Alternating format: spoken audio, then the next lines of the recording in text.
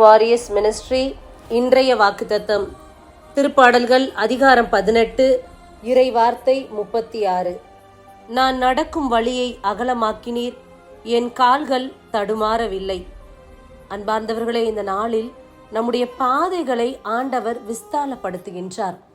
குறுகலான பாதையாக இருந்தால், தடைகள் நிறைந்ததாக இருந்தால், குண்டும் குழியுமாக இருந்தால் நாம் செல்லக்கூடிய பயணம் நமக்கு சுமூகமாக இருக்காது. ஆகையால் இறைவன் நாம் செல்லக்கூடிய பாதையை அகலப்படுத்துகின்றார். அதில் இருக்கக்கூடிய குறைவுகளை எல்லாம் நிறைவாக்குகின்றார். கோணலானவைகளை எல்லாம் செவ்வையாக்குகின்றார். இதோ நாம் போகக்கூடிய பாதையை தேவன் முன்னிருந்து சீர்படுத்துகின்றார். தடைகளை நீக்கி போடுகின்றவர். நமது வழிகளுக்கு முன்பதாக தேவன் செல்லுகின்றார். ஆகையால் நமது வழிகள் எல்லாம் அகலமாயிருக்கின்றது.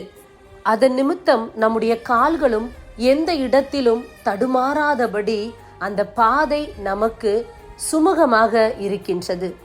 இறைவன் வாழ்க்கை என்னும் பயணத்தில் இருக்கக்கூடிய தடைகளை எல்லாம் நீக்கி அதை விஸ்தாலப்படுத்துகின்றார்.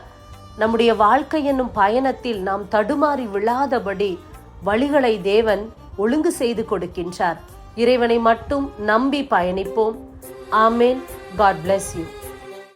உயிரின் உயிரேவா, எந்தன் நினைவாய் வா, நாளும் பொழுதும் என்னை தேடி, நாளும் பொழுதும் என்னை தேடி நீயும் உடனிருந்தாய், நீயும் உடனிருந்தாய்.